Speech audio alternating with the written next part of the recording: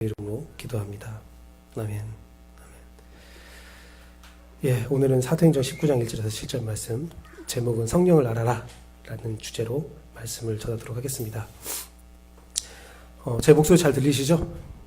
너무 잘 들리시나?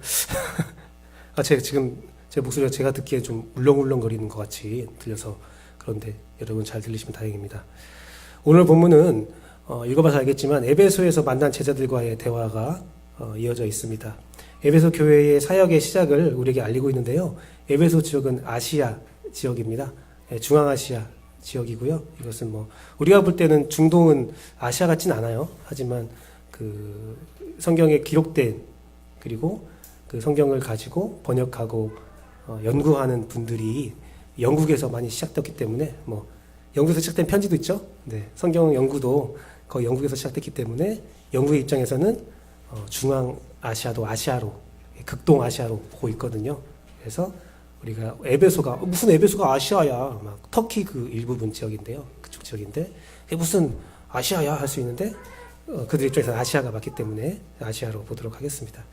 어쨌든 에베소 교회의 사역의 핵심을 한 단어로 말하면 뭐가 되냐면요. 에베소 지역의 사역도 마찬가지고 우리가 에베소서에서 만나는 에베소 지역도 마찬가지고요. 한마디로 한 단어로 말하면 성령입니다. 성령.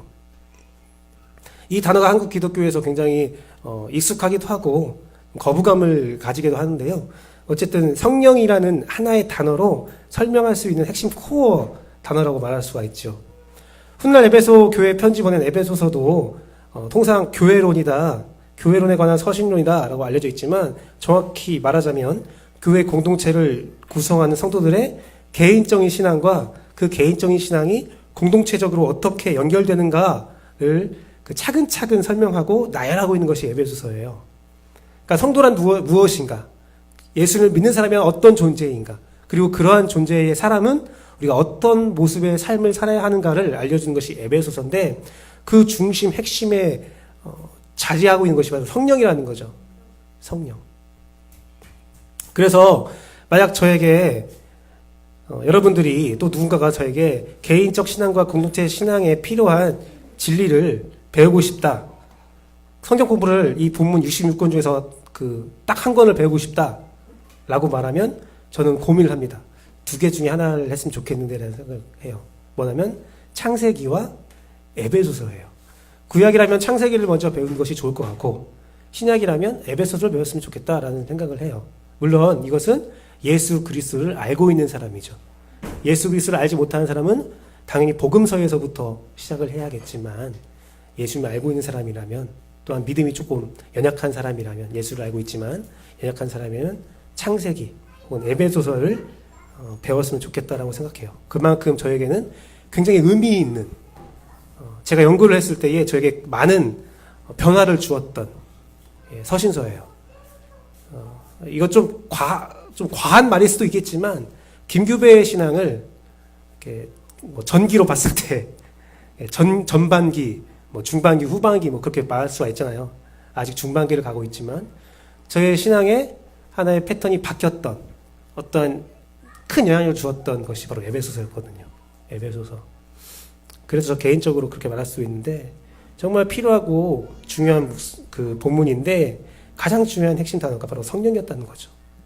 제 신앙이 이 성령이라는 단어 때문에 굉장히 많이 변화하는 그런 경험이 있었습니다. 에베소서는 한 교회로 바르게 세워져 가는데 제가 항상 여러분에게 말씀드리잖아요.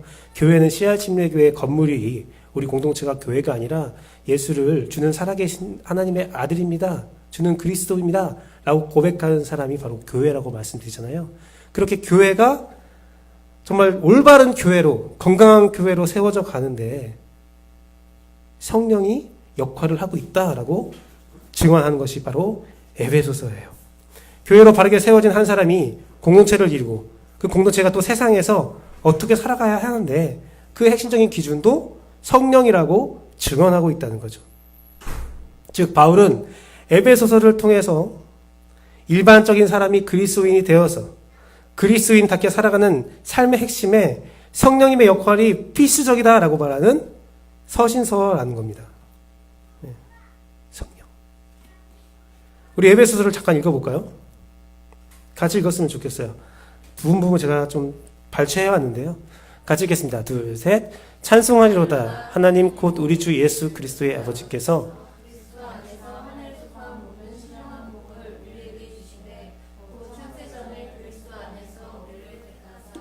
우리로 사랑 안에서 그의 앞에 거룩하고 흠이 없게 하시려고 그 기쁘신 뜻대로 우리를 예정하사 예수 그리스도로 말미암아 자기의 아들들이 되게 하셨으니. 여기서 말한 것이 신령한 복, 하늘에 속한 신령한 복, 바로 성령을 우리에게 주어서 우리를 자신의 아들로 삼다고 증언하고 있고요. 또 같이 읽어볼까요? 그 안에 너희도 진리의 말씀 곧 너희의 구원의 복음을 듣고 그 안에서 또 믿어 약속의 성령으로 인치심을 받았으니. 우리의 믿음에 대한 증언, 증보되시는 분이 바로 성령님이라고 말하고 있어요. 2장 22절 같이 읽겠습니다. 둘, 셋. 너희도 성령 안에서 하나님이 거하실 처소가 되기 위하여 그리스도 예수와 함께 지어져 가느니라.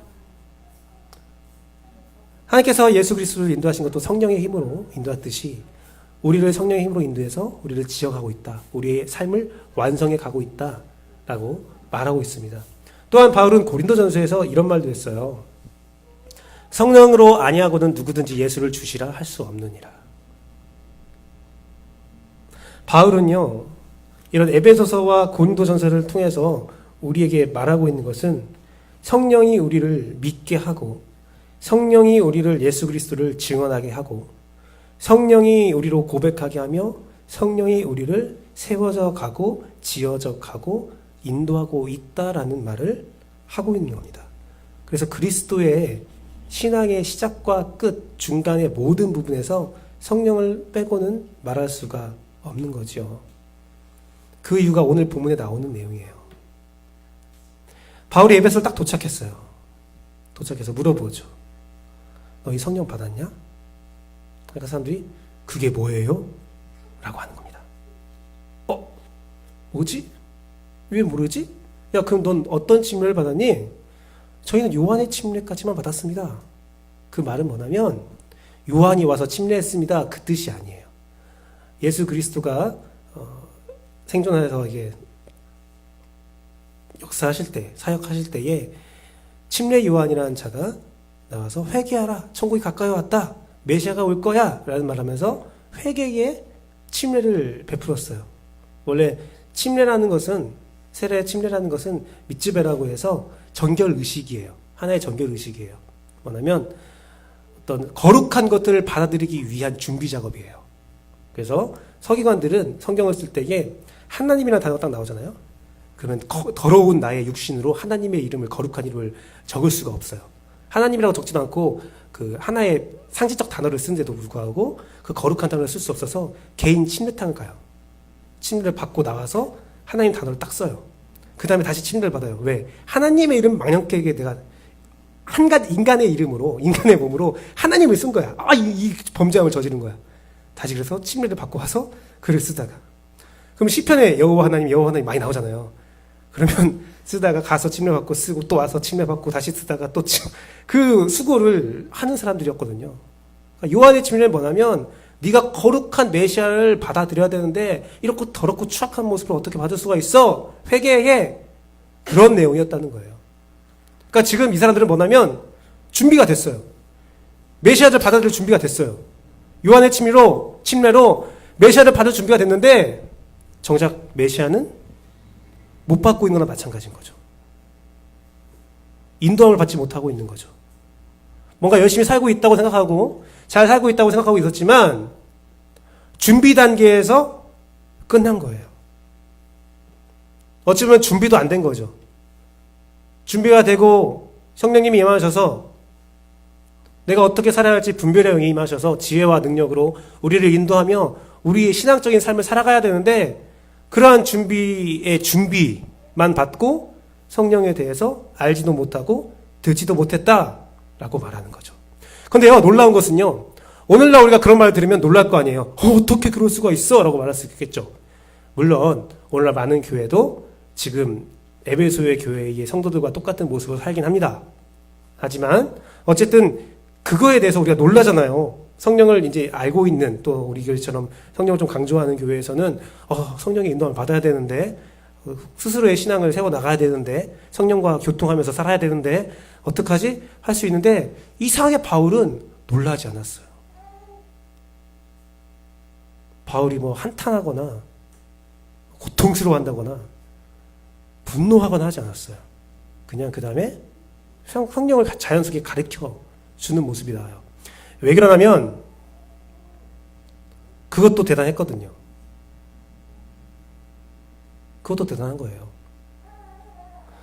에베소 지역에 요한의 침례가 전해진 것만 해도 대단한 거예요. 그 당시는요, 책이 귀한 시대였어요. 서기관이 왜 직업이 되냐면, 그 서기관, 성경 말씀을 필사하는 사람이 왜 직업이 되냐면, 정말 돈 많은 사람들, 역망 있는 사람만이, 나 이사야서 말씀 갖고 싶은데, 주문 오더를 내리는 거예요. 종이도 비쌌고요. 개인 서기관이 있어야, 아니면 공적인 서기관이 있어야 성경을 볼 수가 있었어요. 또한 대부분이 문맹이었어요. 글을 읽지 못하는 사람들이 대부분이었어요. 그것은 종교개혁 시대까지 이어집니다. 우리나라도 문맹을 탈출한 것이 얼마 안 돼요. 이 사람들에게는요, 요한의 침례가 전해질 방법이 전혀 없었어요. 요한이 간 것도 아니요, 책을 구매한 것도 아니요. 그리고 에베소 지역은 상업도시로 되게 좋은 도시였긴 하지만 그 당시에 알렉산더의 지배로 인해서 각 곳곳에 학업에, 헬라 문화의 도서관 같은 걸 세우고 학업을 장려하는 그 지역은 아니었어요. 즉 에베소 사람들은 상업을 하면서 오다 가다 하는 사람들을 통해서 예수 그리스도에 대한 이야기를 듣고 그 가운데 요한의 침례를 받았겠구나, 우리가 죄인이구나라는 것을 심각하게 깨달은 사람들이에요. 오늘날도 이렇게 많이 열려있고 복음의 기회가 열려있음에도 불구하고 많은 사람을 만나면 네가 죄인이야 라는 말에 굉장히 안 좋은 반응을 보이죠. 왜 너의 믿음을 나에게 강요하는 거야? 라는 말을 듣죠. 하지만 에베소 사람들은 스스로 정말로 어려운 가운데, 인터넷도 없고 뭐 받아들일 것이 전혀 없는 가운데 지나가다 오다 가는 사람들의 말을 듣고 요한의 침례를 받아들이고 공동체를 이루고 있었던 거예요. 성령을 모른다고 해서 혼내거나 무시할 게 아니라 그 나름대로 그것뿐만으로도 굉장히 칭찬받아 마땅한 거죠. 그래서 바울은 혼내거나 화내거나 분노하거나 다른 감정이 없이 그러냐, 그럼 내가 성령을 가르쳐 줄게. 성령을 교육하고 가르쳐주고 너희 안에 성령이 있다는 것을 깨닫게 하신 거죠.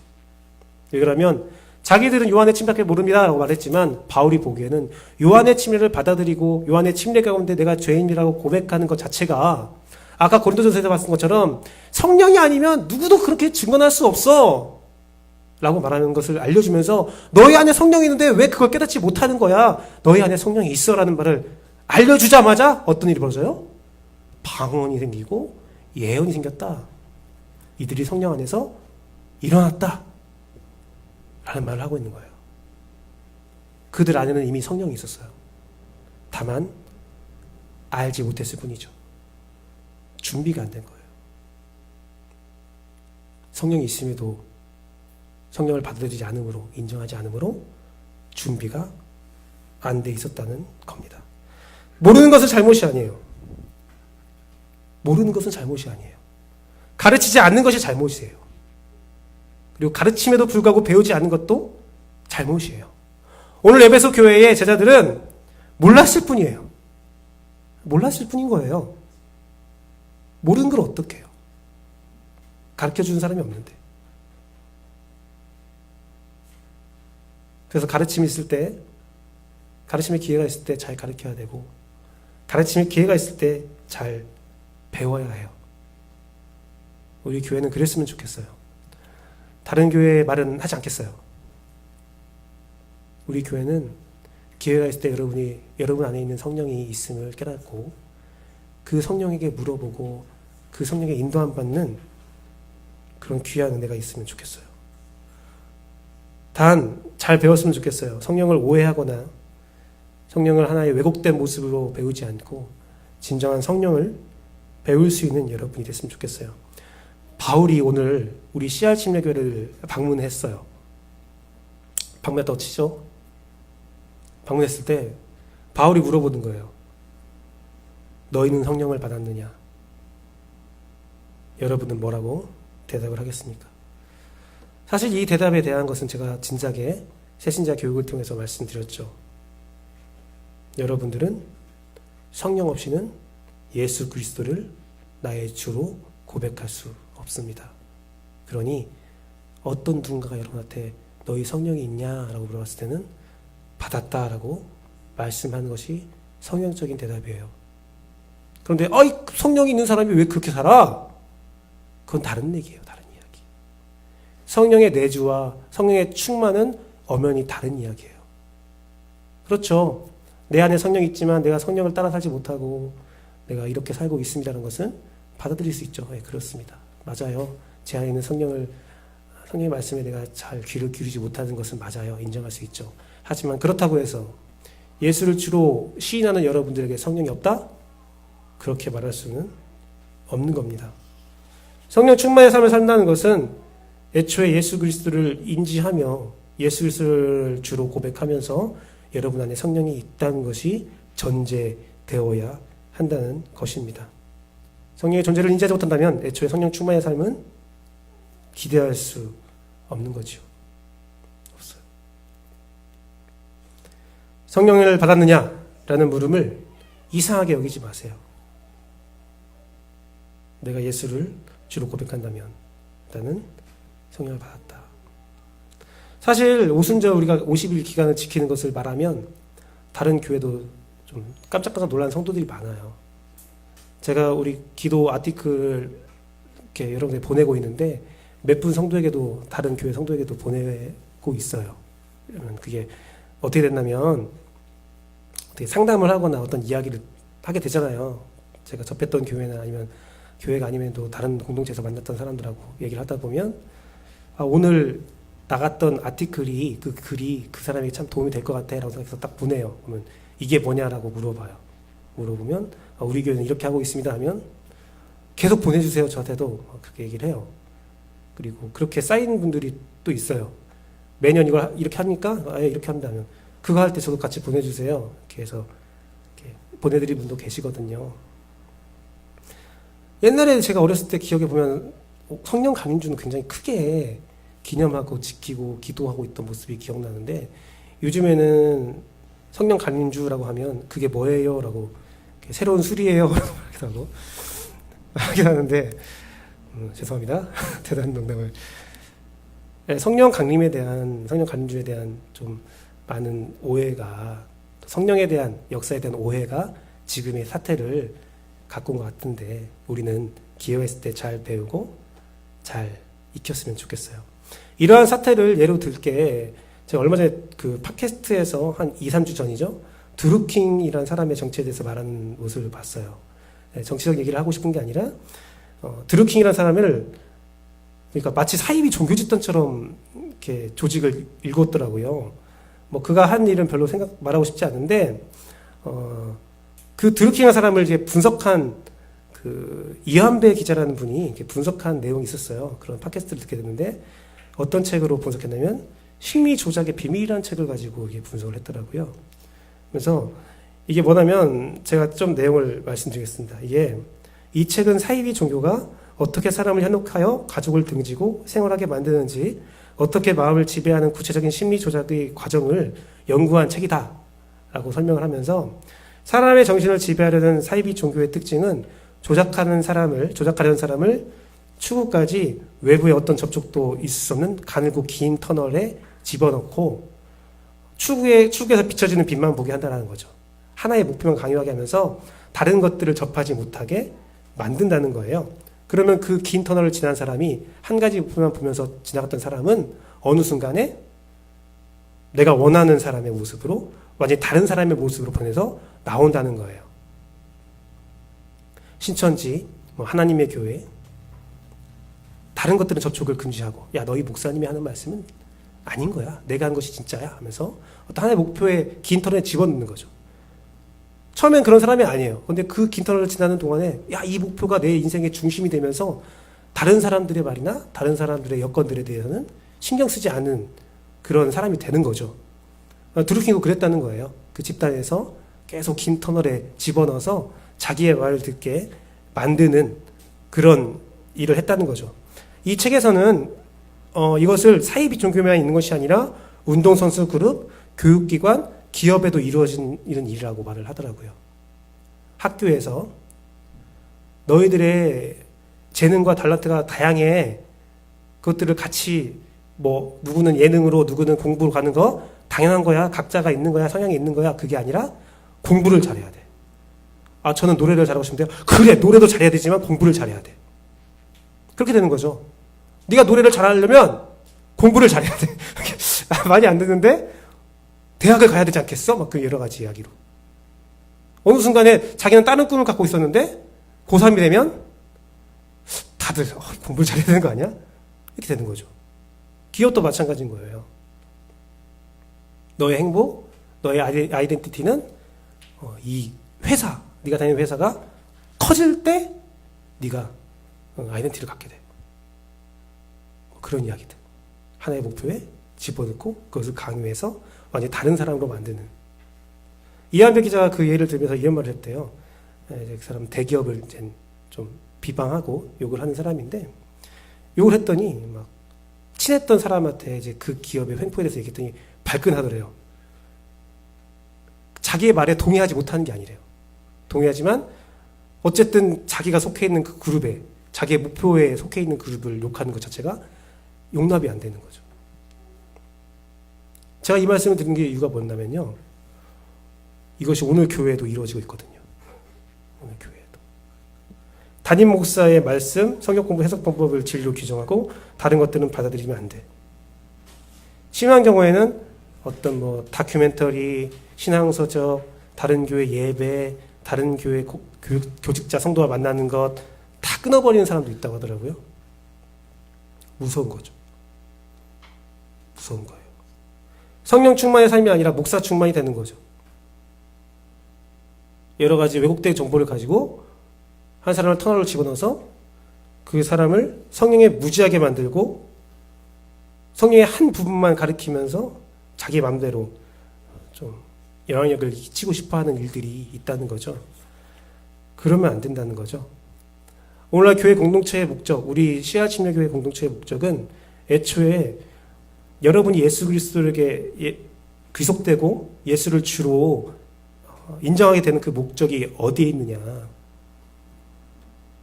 우리가 그것들을 바라봐야 우리가 그 일들에 대해서 이해할 수가 있는 거죠.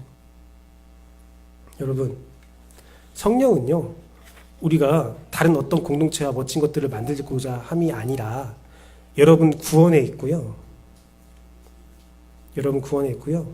또한 여러분이 구원받는 사람으로 이 세상을 다른 사람과 접하면서 잘 살아가게 하는 거에 있어요. 세상을 등지게 하는 것이 아니라 세상과 함께하게 함에 있다는 거죠. 우리가 성령을 받는다는 것은 저번에 병주 전사님께서 하셨던 말씀이 있죠. 답이 두 개인 문제와 같죠. 답이 두 개인 문제와 같아요. 할아버지가 4개의 산을 넘고 다시 4개의 산을 넘고 다시 돌아왔어요. 근데 집 앞에 있는 사과나무가 있어요. 몇 개를 땄습니까? 그때 우리가 놀랐죠. 2개를 땄죠. 왜 2개죠? 답이 2개라고 했잖아요. 미리 답이 2개라고 말했잖아요. 성령 받는다는 것은 이렇게 쉬운 거예요. 성령은 뭐 신비한 비밀 뭐 아니에요. 성령님은 굉장히 대놓고 말씀하셨어요. 내가 너희들의 병을 치유하고 너희들이 물질의 풍부함을 주고. 아니죠. 할 수 있어. 나 할 수 있어. 그거 다 할 수 있어. 그런데 내 목적은 딱 내가 이미 말했어. 네가 예수를 주로 신해서 구원받게 하며 구원받은 사람으로서 이 세상을 살아가게 하게 함이야. 이웃과 사랑하며 예수 그리스도의 향기를 뿜으며 살게 함에 있어 라고 이미 답을 말했는데 다른 답을 찾고 있는 거 아닌가. 그 안에서 비교할 필요도 없고 누가 성령을 더 많이 받고 조금 받았고 없잖아요. 그냥 예수를 믿고 순간순간 각각의 삶에서 성령의 인도를 받으면 된다고 말을 했잖아요. 이것을 이해하기 위해서 오늘 본문이 또 좀 더 이해가 필요한데요. 성령의 현상들. 여러분, 바울을 통해서 성령을 앓은 에베소 교회에 방언과 예언이 나타났어요. 그런데 우리가 방언과 예언을 잘 이해해야 돼요. 오늘날 왜곡된 방언과 왜곡된 예언의 이해를 가지고 보면 오늘 말씀이 굉장히 신비하고 이상한 집단의 모습으로 이루어집니다. 하지만 그 당시 바울이 살고 있던 시대의 제자들이 이해하는 방언과 예언을 봐야 돼요. 방언은요, 고린도전서에서 바울이 말한 것이 하나님의 언어로 말하는 거예요. 하나님 언어로 기도하는 거예요. 라고 말했어요. 그래서 통변이 필요해요. 왜? 하나님의 마음을 이해해야 하기 때문이에요. 라고 말했어요. 뭐냐면요, 방언은요, 내 입술로 하나님의 뜻대로 기도할 수 있게 인도해 주시는 거예요. 즉 뭐냐면 방언이 막 나오면 두 가지 중에 하나입니다. 제가 연구한 바로는 두 가지 중에 하나예요. 하나는 기도를 못하는 거예요. 기도 진짜 못하는 거예요. 하나님은 예를 들면 야, 네가 네 인생에서 A라는 사람을 용서했으면 좋겠어 라고 계속 말씀하시는데 내 입술로는 주여 A를 벌해 주소서 계속 기도만 하는 거예요. 그것만 주장창. 그럼 하나님 어떻게 합니까? 듣다 마음속에 성령님 계속 말씀하시다가 도저히 안 되겠다 얘는. 오케이, 방언 시스템 가동. 띠 방언 얼마 나와요. 그러면 나는 A를 미워하는 기도를 하고 있지만 A를 용서하는 기도를 하게 되는 거죠. 통변을 해야죠. 그래서 그러면 통변하는 사람이 그 A를 용서하는데 진짜 싫은데 깨달아 가는 거거든요. 그런데 방언했다고 나 방언했어 하고 있으면 진짜 기도 못하고 있는 거예요. 두 번째는 기도를 정말 잘하는 거예요. 기도를 정말 잘하는 것은 뭐냐? 기도 제목이 없어요. 내가 하나님의 맞는 기도를 계속해서 더 이상 내 삶에서 기도가 별로 없는 것 같아. 나는 뭐 하나님께 바라는 것도 없고 나 너무 평안하고 좋아. 사람들은 손가락질하고 내 삶에 대해서 비난하지만 난 주 안에 너무 평안해. 기도하는데 하나님께서 그래? 그러면 내가 너에게 나의 마음을 알려줄게. 이런 중보를 하게 해줄게. 계속 기도 제목을 주시는 거예요. 내가 생각하지도 못했던 기도 제목을 주시는 거죠. 저는 그 예로 구두수성공에 대한 이야기를 하고 싶어요. 이름이 갑자기 생각 안 나는데 윌리엄스죠. 맞아. 기도수성공 윌리엄스가 구두수선을 하다가 열방의 복음을 전하겠다는 말씀이 생겨요. 누가 준 거예요? 갑툭튀라고 하죠. 갑자기 튀어나왔어. 누가 준 거야? 성령이 준 거죠. 여러분이 삶을 살아가다가 정말 상상도 못하는, 알지도 못하는 누군가에게 선행을 베풀거나 복음을 전하거나 아니면 알지도 못하는 집단에 갑자기 관심이 가면서 그 집단을 알아가고 그 집안을 돕겠다는 생각이 들어요. 갑툭튀. 난 알지 못하는 것인데 누가 알고 있어요? 성령님은 알고 계시죠. 그렇기 때문에 그 두 가지 경우 모두 다 하나님의 뜻대로 기도하는 거라면 두 가지 모두 다 뭐가 필요해요? 통변이 필요해요. 방언에서 끝이면 하나님은 안타까워합니다. 방언을 배우는 것도 중요하지만 방언을 잘 사용하는 것도 중요해요. 두 번째 예언. 예언은 무엇입니까? 예언은요, 제가 저번에도 계속 말씀드렸지만 예언은 신비한 상태에서 미래를 막 경험하고 미래를 막 바라보는 것도 포함되지만 이들의 제자들의 생각했던 예언이라는 단어는 바라라고 해서 뒤를 바라보면서 노를 저어서 미래로 나아가라라는 말씀이라고 했잖아요. 이들이 말한 예언은요, 이 성경 말씀에 귀속되어 있습니다. 즉 예언은요, 과거에 하나님께서 나에게 줬던 말씀을 이해되면서 그 말씀의 이해 가운데 내가 미래에 어떻게 살아야 돼, 내가 말씀을 어떻게 지켜야 내가 내 미래가 이렇게 될 거야 라는 것을 이해하기 시작하는 것이 예언이에요. 말씀이 이해되는 거예요. 예언이 갑자기 막, 야, 너는 뭐가 될 거야. 넌 뭐가 될 것 같은데? 너는 지금 뭐 해야 돼? 뭐 해야 돼? 그런 게 아니라, 삶에서 말씀이 이해되는 거예요. 말씀을 통해서 내가 이해되지 못했고, 내가 어떻게 하지 못했던 것들이 알게 되고, 이해되고, 깨우쳐지는 것이 예언이에요. 예언의 존재 조건은 그럼 말씀이 돼야겠죠. 말씀을 많이 하는 사람들은 많은 예언을 할 수 있을 것이고, 말씀을 많이 모르는 사람은 적은 예언을 하게 되겠죠. 그래서 에베소서에서 성령님은 지혜를 주시는 분이다. 말씀을 주시는 분이다. 그 말들을 하고 있는 거예요. 자, 오늘 에베소 교회에 성령이 전해지자 그들이 갑자기 방언을 하기 시작하고 예언을 하기 시작했습니까? 왜요? 제가 말씀드렸잖아요. 스스로 열심히 노력해서 요한의 치매를 알았던 사람들이에요. 지금까지 이해가 되지 않았던 말씀들이 있어요. 요한의 치매를 배웠지만 이 말씀은 도통 이해가 안 돼. 방언을 받자마자, 예언을 하자마자 그가 그동안 축적해왔던 모든 말씀들이 예언이 이루어지면서 아, 이거였구나. 아, 우리가 이제 이렇게 살아야겠구나. 아, 내가 이걸 해야 되는 거였구나. 내가 당장 가서 누구와 위로를 해야겠구나. 내가 누구랑, 하나님은 나를 저 사람과 화해하기로 원했구나. 하면서 막 깨달아지면서 그런 삶이 막 이루어지는 거예요. 막 이루어지는 거예요. 그러면서 에베소 교회가 부흥하는 거예요. 야, 능력, 신비한 일이 아니라 내 삶에서 풀지 못했던 것들이 알아지고 풀어지는 놀라운 그 자유와 축복이 있는 거예요. 내가 끊임없이 기도했는데 그 기도가 하나님의 기도와 달랐구나. 하나님 원하는 기도는 이거였구나.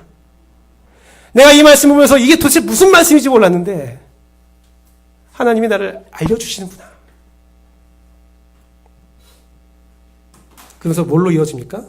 방언과 예언이 자연스럽게 삶의 변화로 이루어지는 거죠. 12명의 제자가 세워졌다. 전과 다른 신앙의 새로운 물결이 에베소 교회에 일어나기 시작했다. 예수님께서 세우신 12제자처럼 에베소에서도 12명의 정말 핵심적인 인물들이 삶이 변화되면서 에베소 교회가 새로워지고 있다라는 것이 바로 오늘 본문입니다. 성령의 목적인 구원과 삶의 변화가 일어났다는 거죠. 저는 그래서 기도합니다. 저와 여러분 모두가 성령 충만한 삶을 살기를 기도합니다. 여러분에게 더 큰 은사가 발현되기를 바랍니다. 여러분에게도 치유가 있고 각각의 은사의 모습이 나타났으면 좋겠어요. 성경책에 나와 있는 모든 은사가 나타났으면 좋겠어요. 하지만 가장 바라는 것은 그런 은사가 그냥 하늘에 사라지는 그러한 일들로 일어나는 것이 아니라 여러분 삶이 성령 충만한 삶으로 변해가면서 여러분이 무엇을 기도해야 되는지 알고 그 기도를 통해서 여러분이 어떤 행동을 해야 되는지 알고 또한 말씀을 통해서 내 삶을 설계해 나가고 내 삶을 변화시킬 수 있는 여러분이 되기를 바라고 있다는 거예요. 그래서요, 여러분들은요, 그러한 기회를 많이 접했으면 좋겠어요. 다른 교회 목사님 말씀 들어도 되고요, 다른 신학서적 봐도 되고요, 다른 교회에서 세미나 하면 가서 열심히 배우세요. 성령 충만한 집회가 있다. 가서 집회를 하시고요. 찬양 인도가 있다. 찬양에 놀라운 콘서트가 있다. 참석하세요. 직장에 신회가 있으면 참석하시고요. 그곳에 있는 목사가 저보다 더 잘 가르쳐요. 질투가 나지만 좋은 거죠. 어쩌겠어요. 제가 능력이 없는 걸 그분에서는 만약에 그렇게 된다면 그래도 제 마음의 작은 욕심은 내가 좀 낫으면 좋겠다는 욕심이지만 그건 제가 해결해야 할 저의 욕심이죠. 주님 저희가 방언을 준다면 그것을 버려라라고 하겠죠. 제가 금요일 날 들었던 노래가 있어요. 리쌍의 노래였는데 겸손은 힘들다. 겸손은 힘들다 막 하는데 정말 힘든 것 같아요. 그런데 여러분들 제가 여러분들께 자유를 주면서 한 가지만 부탁드릴게요. 저세 말씀하시고 가세요. 왜냐하면 아까 말했듯이 혹시라도 여러분을 긴 터널로 집어넣으려는 사람들이 있기 때문에 제가 그 말씀 드리는 거예요. 제가 다 허용해요. 이단만 아니면. 그러니까 걱정하지 마시고 목사님 저는 되게 파격적인 말씀을 드리겠습니다. 녹화되고 있지만 주일 예배 때도 마찬가지예요. 씨앗침례교회 주일 예배가 매주 있지만 목사님 저 이번 주에는 어떤 교회에서 정말 제가 정말 존경하는 어떤 목사님 혹시 받고 싶은 그런 말씀의 선포가 있을 것 같은데 거기 참석하고 싶어요. 말씀하세요. 저는 이렇게 말하겠죠. 가서 녹음해와. 나도 듣게. 나도 들었으면 좋겠어. 몰래 녹음해라잉. 동영상 찍으면 더 좋고. 우리 신앙의 폭을 좀 넓혀보자고요. 넓혀보자고요. 대신 제가 검증을 해드릴게요. 제가 그래도 담임 목사니까 이것은 좀 이상해. 이것은 괜찮아. 검증할 테니까 여러분들 말씀하세요. 숨기면 이단 가고 이렇게 생각하면 돼요. 저한테 숨기면 이단 갈 수 있는 거고 개봉하면 괜찮은 거예요. 말씀을 맺도록 하겠습니다. 우리는 이제 오순절 마지막을 당겨두고 있습니다. 제가 여러분에게 질문합니다. 그동안 약 44일이죠? 43일이요. 43일의 시간을 어떻게 보내셨나요? 제가 보낸 아티클들에 대해서 어떻게 묵상하셨고, 어떻게 기도했고, 어떻게 했나요? 여러분들에게 누군가 와서 성령을 받았냐 물어본다면, 오순절 기간 동안에 교회에서 제공되는 모든 것들을 내가 잘 하지 못했으니까 난 성령이 없나 봐. 그러지 않았으면 좋겠어요. 다 못해도 괜찮아요. 여러분이 예수를 주로 고백하고 있다면 여러분은 성령이 있습니다. 그러니 성령 안에서 자유하십시오. 리틀 포레스트라는 영화가 있죠. 아주 이상적인 영화죠. 이상적인 삶을 그린 영화예요. 제가 이번 주에 창세기 공부를 하는데 오늘 늦게 시작했으니까 조금 더 할게요. 창세기 공부를 하는데 그 친구한테 좀 예화를 들고 싶어서 리틀 포레스트 영화 봤어? 딱 했어요. 아, 봤어요. 하면 대부분 청년들은 그 친구도 군대를 갓 졸업한 친구이기 때문에 그런 말 하면 리틀 포레스트 영화를 보면서 야, 그의 삶이 어떠냐? 하면 아, 멋있어 보여요. 좋아 보여요. 그런 말을 하잖아요. 제가 물어봤어요. 이런 말이 나오겠지? 그래서 그래, 리틀 포레스트 봤더니 감상이 어때? 별거 아니던데요? 왜 별거 아니지? 그때 깨달았어요. 그 친구를 처음 만났을 때 배경에 대해서 들을 때 그 친구는 산골 꼭자기에 사는 사람이에요. 그래서 친구는 과자를 사려면 30분을 걸어 나가야 과자를 살 수 있는 가게가 있대요. 밤 8시만 되면 깜깜하대요. 거기서 중고등학교 시간을 보냈고 지금도 매주 주말이 되면 그 집으로 돌아가는 친구예요. 그 친구에게 리틀 프레스 삶이 어떻게 보이냐? 가천치. 나랑 장난하나 지금. 영화야. 제대로 못 만들었네 이거. 완전 다르잖아. 현실이 아니야. 그래서 우리들은 정말 그래? 농촌은 그래? 그 친구는 농촌의 현실을 알려줄까? 그런 거죠. 그러면서 그 친구가 말하는 거예요. 자기는 이상하대. 리틀 프레스를 보면서 왜 그런 삶을 추구하는지 자기 전혀 이해가 되지 않는데요. 한번 살아보라고 해봐. 그런 반응이었죠. 그래서 그렇구나. 제가 원래 그 친구한테 말하고 싶었던 건 이거였거든요. 산골짜기에 들어가지 않아도 정말 리틀 포레스트라고 하는 게 사실은 거기는 굉장히 리틀 포레스트가 빅 포레스트를 살고 있잖아요. 그것이 살고 싶다면 제가 베란다에 텃밭을 꾸미면서 조금 느꼈어요. 지금은 좀 시들었는데 처음에 상추가 막 나는 모습이 너무 신기한 거예요. 저는 여러분 알고 있듯이 저는 굉장히 도시입니다. 시빌리즌이라서 깻잎도 깨의 잎이라고 저는 생각한 적이 한 번도 없어요. 비닐하우스에서 깻잎을 따로 수경재배해서 깻잎은 따로 음식인 줄 알았어요. 근데 우리 안 사람이 나무라니 깨풀이라고 해요. 뭐라고 해야 되나? 깨 식물에서 그 깻잎 보면서 이게 따먹고 싶다 하는 거예요. 그래서 이거 왜 따먹냐고 깨를 먹어야지 하니까 이게 깻잎이야 오빠. 그래서 이게 깻잎이야? 했다가 굉장히 무식한 사람 취급을 받는 일들이 있는데 전 진짜 몰라요. 저는 진짜 쑥, 상추 전 상추가 진짜 정말 무식하죠. 풀이 이렇게 하나씩 나는 줄 알았어요. 근데 상추가 높이 올라가면서 계속 이렇게 크는 걸 몰랐어요. 상추는 땅에 하나 가까이 나는 줄 알았는데 너무 신기한 거예요. 쑥도요. 이게 쑥 올라와서 쑥인가 봐요. 막 위로 높게 올라오더라고요.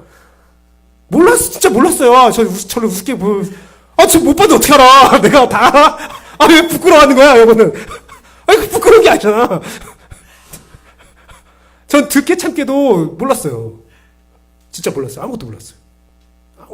참기름이 두 종류가 있는 것도 몰랐어요. 진짜 몰랐어요. 그런데 그 작은 화단을 꾸미면서 힐링이 되더라고. 야, 이놈이 신비하구나. 따먹는 즐거움. 야, 내가 따먹네. 그쵸. 화단을 꾸미기 위해서 3에서 5만 원이 들었습니다. 예, 상추를 2만 원 큰 봉지를 사려면 몇 초이면 사죠. 단가가 맞지 않습니다. 그래도 즐거워요. 저희가 텃밭을 가거나 시골에 가서 그 집이 없어도 충분히 그 느낌을 받을 수가 있어요. 제가 이 말을 하는 이유는 무엇이냐면 여러분 리틀 헤븐을 만들 수 있어요. 우리가 주기도문 하면서 하늘에 하나님의 뜻이 이 땅에서 이루어지기리하다 하면서 어떻게 합니까? 하지만 내 삶에서는 이루어지지 않을 거예요. 왜? 그것을 이루려면 엄청난 능력과 엄청난 투자와 엄청난 시간과 엄청난 많은 것들을 투자해야 되니까. 리틀 포레스트를 가지려면 땅도 있어야 되고 집도 있어야 되고 마법의 찬장이 있어서 열면 어떤 식재료가 다 나와야 되고 나에게는 우리 엄마가 옛날에 술도 담근 것도 보여주고 요리한 것도 보여줘야 되는데 우리 엄마는 그걸 보여주지 않았어. 난 그래서 리틀 포레스트를 할 수 없어. 그게 우리의 천국의 삶과 동일하게 된다는 거죠. 제가 말씀드렸죠. 성령은 여러분을 구원하게 하고 방언과 예언을 하게 하고 여러분 삶을 변화시킵니다. 목사님 말씀이 맞습니다. 하지만 전 할 수 없어요. 아니요. 리틀 헤븐을 여러분 삶에 만드는 데는 생각보다 적은 비용과 생각보다 적은 투자가 필요해요. 할 수 있어요. 내 삶의 리틀 헤븐을 만들면서 여러분은 리얼 헤븐, 우리가 장착해야 할 본향에 대해서 그 느낌을 가지고 살아갈 수 있어요. 정말 조금 필요해요. 해보면 알아요. 저희도 텃밭을 일굴 때에 고민 많이 했어요. 힘들 텐데. 한 번도 해본 적이 없는데 어떻게 하지? 그래서 민규한테 물어봤죠. 민규의 부모님은 상추를 엄청나게 크게 재배하시잖아요. 별 도움을 받지 못했어요. 가짜타라 말만 배웠고 해서 뭐예요? 저 그걸 사는 순간에도 남부시장 가서 사는 순간에도 그것을 파는 원예원에서 비웃음을 받았어요. 할 수는 있죠. 따먹을 생각은 하지 마세요. 그냥 애들 장난친다고 그냥 심어놓고 그냥 쓱 자라는 거 보세요. 4번이나 따먹었는데 딸기도 하나 먹었는데 하나 났어 하나. 전 못 먹고 우리 아이들만 그 이만한 딸기가 제가 보고 있었거든요. 보면 먹어야지 하면서 없어졌더라고. 말 안 하고 있었는데 안쓰리 말하더라고. 이 조그만 딸기 딱 따갖고 반 잘라서 하영이 하나 하원이 하나 줬다고. 애들 너무 달다고 막 말했는데 자기는 쟤도 못 먹었다고. 저는 그분에게 가서 말하고 싶어요. 따먹었습니다. 이루었습니다. 리틀 포레스트 했습니다. 하면 그분이 그러겠죠. 가짜 한타. 여러분의 리틀 헤븐도 어떤 분들에겐 가짜 한타라는 말을 들을 수 있지만 그렇게 여기지 마세요. 잘한 거예요. 소중한 게 한 거예요. 여기 마지막 구절 같이 읽어볼게요. 둘, 셋. 성령의 목적은 구원과 삶의 변화에 있습니다. 삶의 변화의 열매는 관계에서 나타납니다. 그럼 여러분의 리틀 헤븐에서 따먹는 열매는 어디에 있는가? 관계가 개선되는 거죠. 저는 그래서 오늘 본문을 연구하면서 오늘 이용희 간사님께서 오셔서 부부 관계를 얘기하시는데 참 좋은 기회라 생각해요. 강사님이 말씀하실 때 그거대로 살려면 너무나 많은 것이 필요하다, 힘들다, 나에게는 이루어지지 않는다, 그렇게 생각하지 마세요. 작은 것부터. 제가 더 이상 월권하지 않고 마무리하겠습니다. 여러분 이러한 삶을, 성령의 이끌림 받는 삶을 살아봅시다. 다음 주에는 그럼 성령 충만한 삶이 어떻게 이루어지는가 한번 여러분이 살아보고, 리틀 헤븐을 여러분 삶에 한번 꾸며보고, 한 명이만이라도 관계를 한번 개선해보고 만나서 그 느낌을 나눌 수 있는 시간 됐으면 좋겠어요. 그럴 때 서로를 격려했으면 좋겠어요. 훌륭했다. 잘했다. 네 안에 성령이 살아있는 것을 나도 알겠다. 그렇게 우리 서로 커져가면서 자유함을 얻읍시다. 이 시간 제가 기도하고 마칠게요. 시간이 많이 있었기 때문에 제가 기도하고 마치도록 하겠습니다. 잠깐만 한 30초라도 묵상했으면 좋겠습니다. 오늘 말씀 묵상하시면서 오늘 말씀을 통해서 여러분이 하나님께서 주시는 말씀이 무엇인가, 그 예언적